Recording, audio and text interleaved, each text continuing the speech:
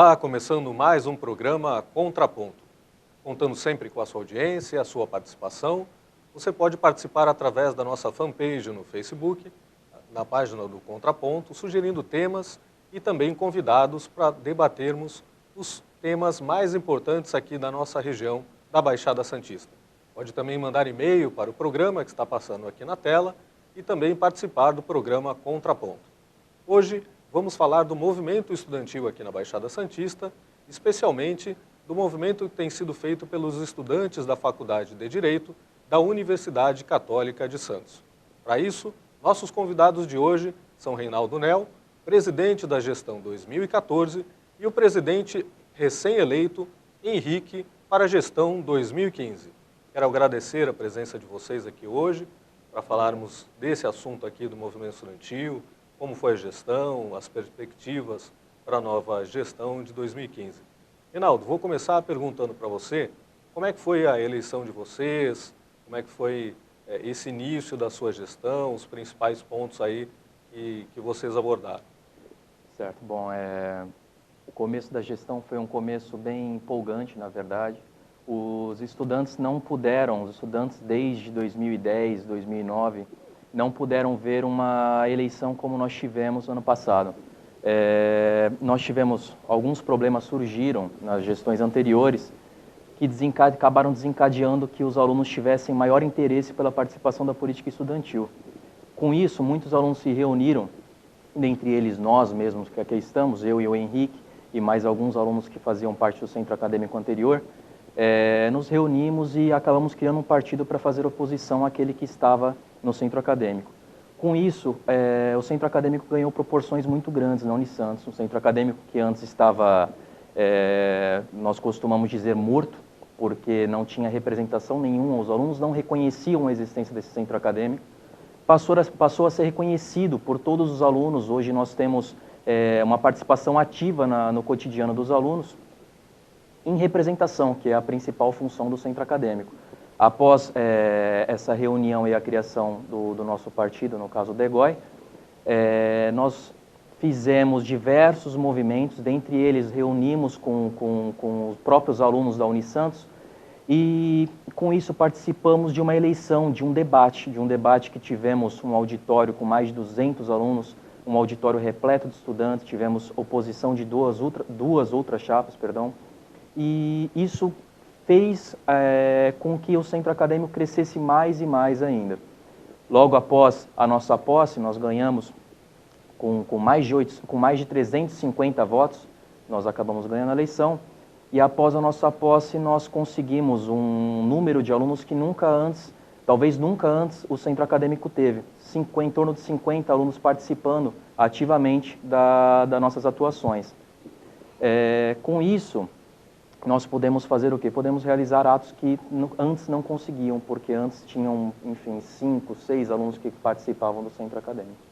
Portanto, foi um início de gestão bem empolgante, um início que todos os alunos estavam participando ativamente. Até no começo da gestão ainda existiam outras chapas de oposição que cobravam e apertavam para que nós trabalhássemos, não que não o fizéssemos, mas, enfim, era muito produtivo. Sempre tinha alguém de olho, sempre alguém prestava atenção na atuação do centro acadêmico, que é muito importante. Entendi. Henrique, você participou do começo dessa gestão, né? Você estava na diretoria, e como é que foram os primeiros passos aí, as primeiras cobranças contra a universidade aí para a melhoria dos direitos dos alunos? Bem, primeiramente, uma boa tarde, Dave, uma boa tarde para todos vocês que estão nos assistindo em casa. Bem, com relação à sua pergunta, a primeira meta do centro acadêmico dessa gestão foi traçar todos os descontentamentos dos alunos. Tá? Com isso, nós o tempo todo tentamos marcar a reunião com a reitoria, visando discutir esses assuntos e a melhor forma para nós resolvermos.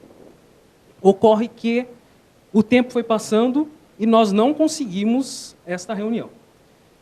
Começamos a encaminhar via ofício todas as reclamações, todos os descontentamentos.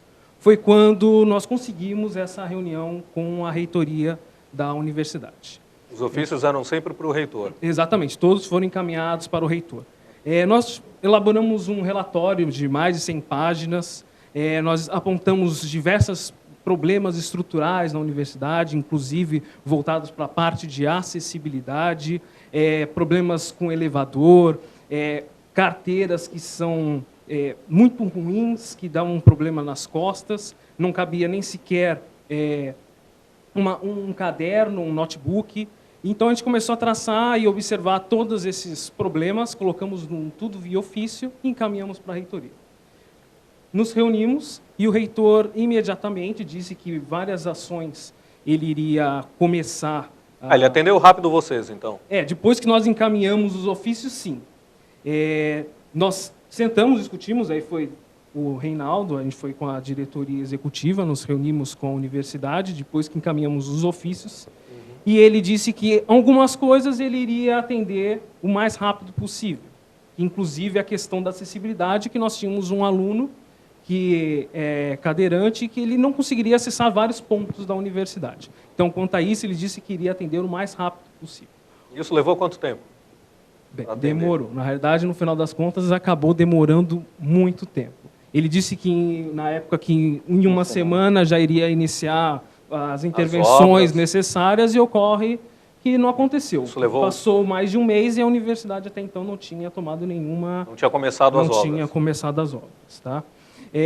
Os ofícios, muitos, nem sequer foram respondidos, tá? Ele leu todos, disse que iria responder, disse que algumas coisas ele iria ver, e no final das contas, meses se passaram e nada tinha sido feito, tá? Foi quando nós decidimos começar a conversar com os outros diretórios acadêmicos para ver se o problema não era só no curso de Direito, mas se o problema se estendia por toda a universidade.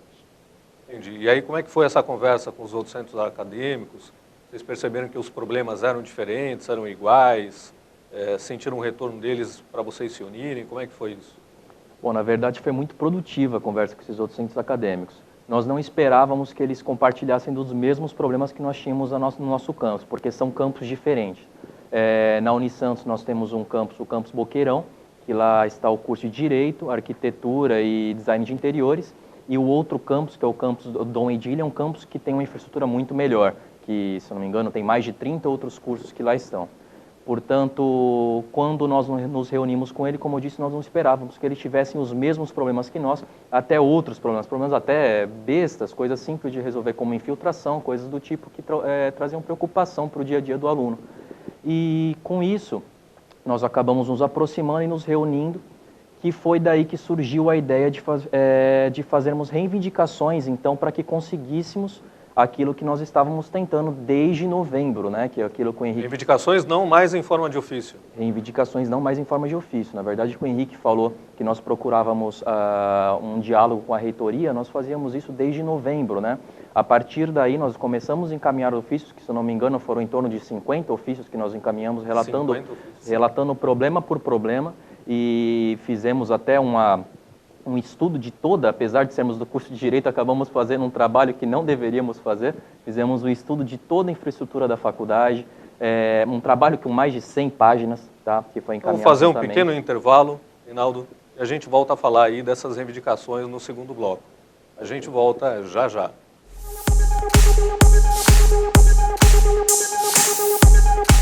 Só uma universidade aberta ao mundo e reconhecida como uma das melhores universidades particulares do Brasil pelo MEC para levar você aonde você quiser. UNAERP. Inscreva-se.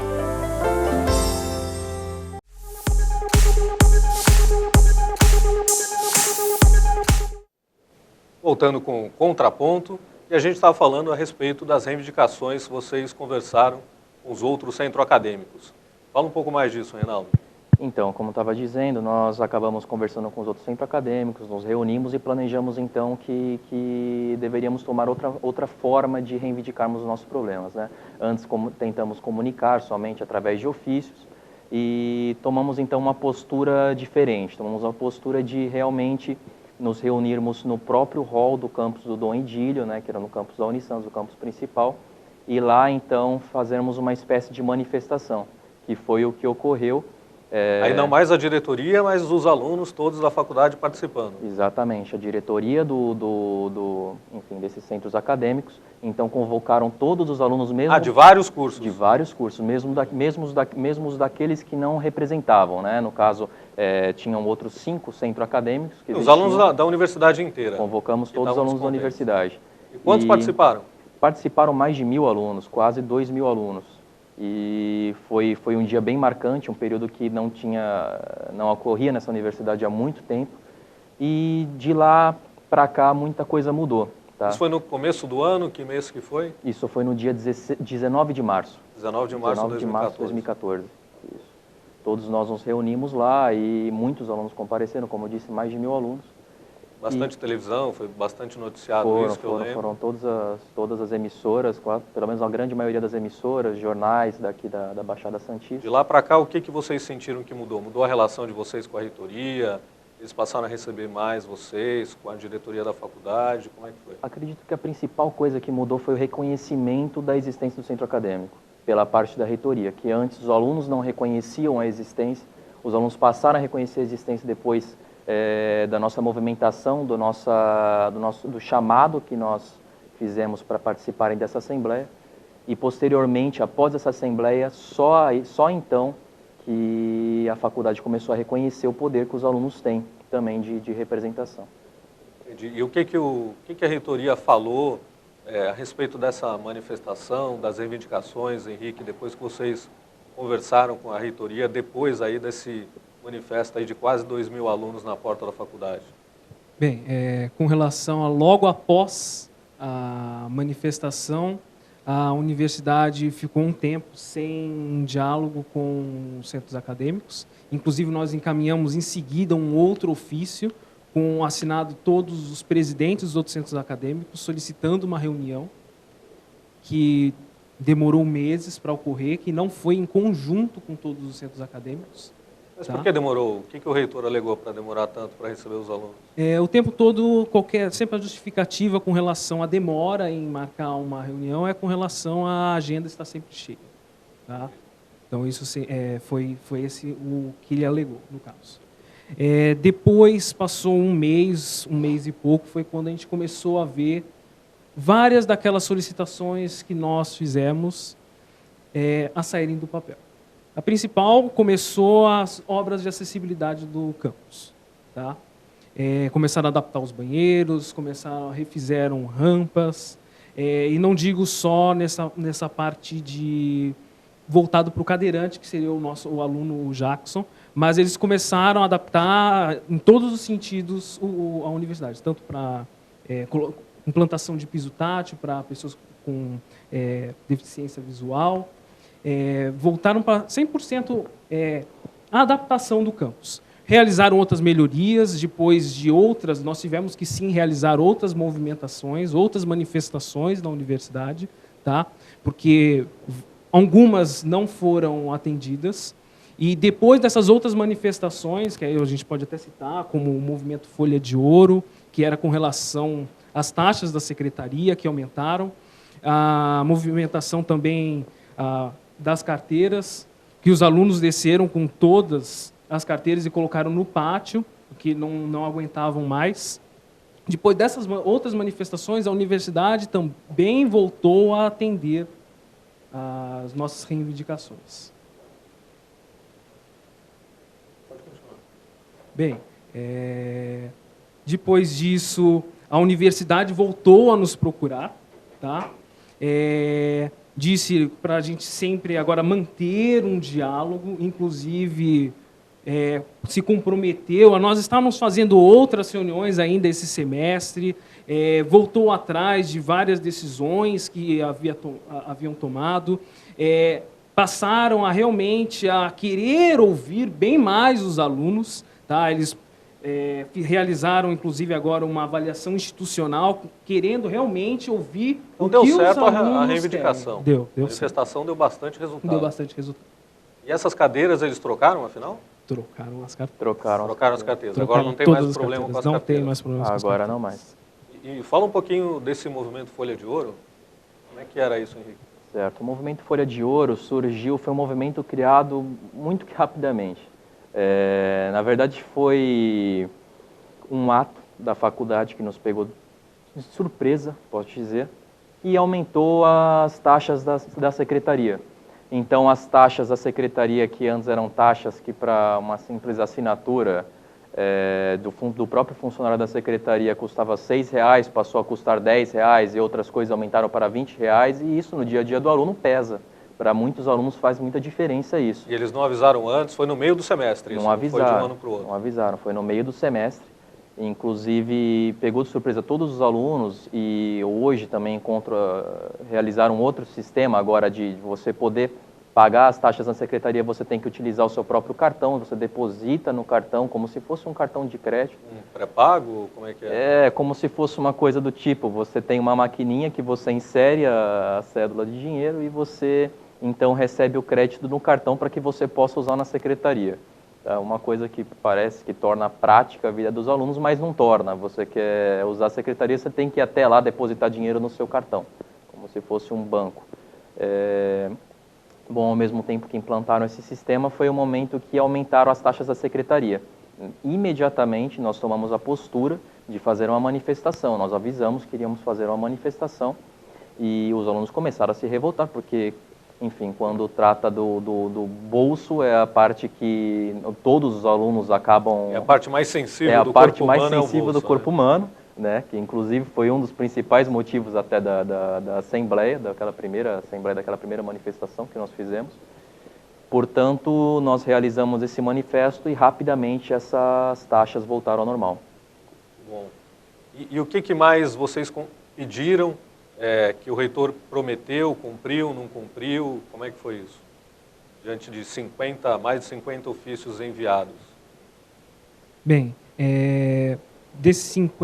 são 56 ofícios que foram encaminhados. Desses 56, uns 13, 14 mais ou menos, eram todos voltados para o assunto acessibilidade. Tá? A maioria deles foram atendidos. As carteiras também foram atendidas. Algumas coisas ainda a gente não obtivemos respostas, que nós vamos reencaminhar esses ofícios, tá, com relação à possibilidade de não cobrar mais taxas de secretaria e várias outras situações. Só para concluir, o valor voltou ao valor antigo. Voltou. O movimento deu certo. Okay. Deu certo. Ótimo. Assim, várias reformas de banheiro eles também estão realizando. Então, assim, várias. E a acessibilidade acabou? O Jackson consegue agora acessar ele consegue tudo? acessar vários. A universidade cumpriu essa parte. Ainda nós temos um problema que é com relação ao elevador. Tá? Os 2 elevadores, eles o tempo todo param, eles quebram, e isso ainda vai ser uma coisa que nossa gestão vai voltar a cobrar esse assunto dos elevadores. Ok. Bom, o programa faz um pequeno intervalo e volta já.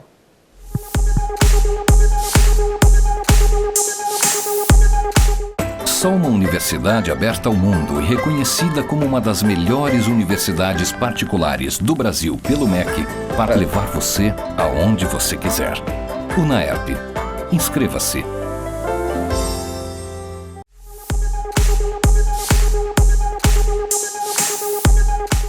Voltando mais uma vez com o programa Contraponto, aqui o último bloco, falando aqui do movimento estudantil na Baixada Santista, especialmente na Universidade Católica de Santos. Bom, a gente está falando dos movimentos que deram certo, do movimento Folha de Ouro, mas teve coisa também que a universidade cumpriu e teve coisa que a universidade não cumpriu. O que aconteceu com relação ao transporte do aluno Jackson, Reinaldo? Bom, o caso do transporte do aluno Jackson foi um caso que demonstrou a grande falta de respeito que ainda existe por parte dos nossos governantes em relação aos deficientes físicos, né? No caso, Jackson passou no concurso da Unisantos para Direito, foi muito bem colocado, por sinal, um aluno que hoje demonstra que tem capacidade até mais do que os outros, não deixa para trás em nada. E desde o momento que ele passou, ele já começou a se preocupar com a questão do transporte dele, porque ele é um aluno que ele é tetraplégico. Então, ele só movimenta o seu pescoço para cima e tem muita dificuldade de locomoção, portanto. Ele mora onde? Ele mora na Praia Grande, mora, se eu não me engano, no Caiçara, no bairro Caiçara da Praia Grande. E aí ele pediu ajuda para a universidade com relação ao transporte? Pediu ajuda para a universidade, uma funcionária da universidade se comprometeu em ajudá-lo em nome da universidade. Essa ajuda não veio, na verdade essa ajuda não existiu, mas mesmo assim ele corria por outros lados, ele tentava de outras formas, que a principal delas foi entrar em contato tanto com o governo do estado de São Paulo, tanto com a prefeitura da Praia Grande. E essa ajuda não veio, né? Eles deveriam fornecer o serviço de transporte adaptado para o Jackson, e essa ajuda demorou a vir, que hoje o Jackson consegue vir para a faculdade, graças a muito esforço, graças a trabalho de outros programas também, alguns programas de TV também entrevistaram o Jackson, fizeram, enfim, tudo aquilo que puderam. Eu vi uma matéria no CQC, o CQC teve lá na universidade. Teve uma matéria do CQC, nós estávamos lá, nós até podemos ver o dia que eles foram, eles entrevistaram o prefeito, tentaram entrevistar o prefeito, ele preferiu não dar entrevista. E diante de tudo isso, o governo, juntamente com a prefeitura, decidiu tomar a frente, realmente realizar aquilo que deveria. Mas ele teve que entrar com ação judicial, né? Teve que entrar com ação judicial, que, na verdade, já tinha recebido a liminar, né? O juiz já tinha dado uma liminar, e a prefeitura e o governo do estado de São Paulo, que ficaram obrigados a cumprir essa liminar, nada faziam. Por isso que era o grande desespero da falta de respeito que nós vemos, o descumprimento da prefeitura. O governador Alckmin e o prefeito de Praia Grande não cumpriam a decisão judicial. Não cumpriam a decisão judicial. Quanto tempo mais ou menos levou aí para eles cumprirem? Isso passou, o que eu saiba, o Jackson começou a solicitar isso desde novembro, desde a época que ficou sabendo que passou na universidade, veio conseguir o transporte adaptado quase por meio do ano. Nesse tempo todo, como é que ele fez para poder ir para a faculdade? Contou com a ajuda de alguém? Durante esse tempo todo, ele contou com a ajuda de amigos, ele teve que pagar do próprio bolso, ele teve que pagar táxi, teve que pagar transportes que não eram adaptados, transportes que, infelizmente, traziam problemas para ele, porque é uma dificuldade muito grande você colocar um cadeirante, que na verdade é um tetraplégico, não é um simples cadeirante, dentro do carro. Você tem uma série de esforços que você faz no corpo do tetraplégico, no caso, que dificulta mais ainda o dia a dia dele. Então, a gente falou no primeiro programa justamente sobre isso, serviço público, né, e a falta de atenção do poder público para com o munícipe, né, para com a gente. E a gente vê que isso não é um caso isolado. Infelizmente, vem acontecendo muito. Ainda bem que depois de meses ainda, resolveram cumprir e a situação dele está normalizada, apesar do desgaste aí que ele sofreu esses meses todos, né? Só acrescentar, que não foi só uma pressão via judicial, né? O centro acadêmico, inclusive, na época, quando a gente ficou sabendo de toda a situação, a gente correu atrás, fomos até a OAB pedir ajuda, fomos à Igreja Católica, porque na nossa universidade é uma universidade católica, fizemos reuniões com vereadores de outros municípios da região para ajudarem a fazer uma pressão política nesse sentido. Entramos em contato com o secretário da região metropolitana, que inclusive é ex-presidente do Centro Acadêmico Alexandre de Gusmão. Nos movimentamos dentro daquilo que a gente poderia fazer para ajudar esse aluno, tá? No caso, a universidade que nós esperávamos muito que se manifestasse, demorou muito, mas muito tempo. Só após todas as manifestações que nós realizamos, eles começaram a atuar. E para a próxima gestão, parece que teve uma questão aí polêmica, que a universidade disse que cumpriu a lei de mensalidade, publicou as planilhas no prazo, que divulgou a proposta de contrato, vocês disseram que não. Enfim, ainda tem algumas polêmicas aí que não se resolveram, né? Você acabou de ser eleito aí numa assembleia do Centro Acadêmico, dos alunos da Faculdade Católica de Santos. Quais são os passos aí, o que você pretende para a próxima gestão, para a continuidade do trabalho? Bem, o que eu posso, antes de mais nada, o que eu vou me comprometer primeiro, muito trabalho, tá? Nós fomos eleitos na gestão passada com mais de 360 votos. Um voto, a gente até brinca, a gente fala que é um voto por dia, tá? Então, o que eu posso garantir é que nós vamos trabalhar todos os dias para melhorar ainda mais a universidade, tá?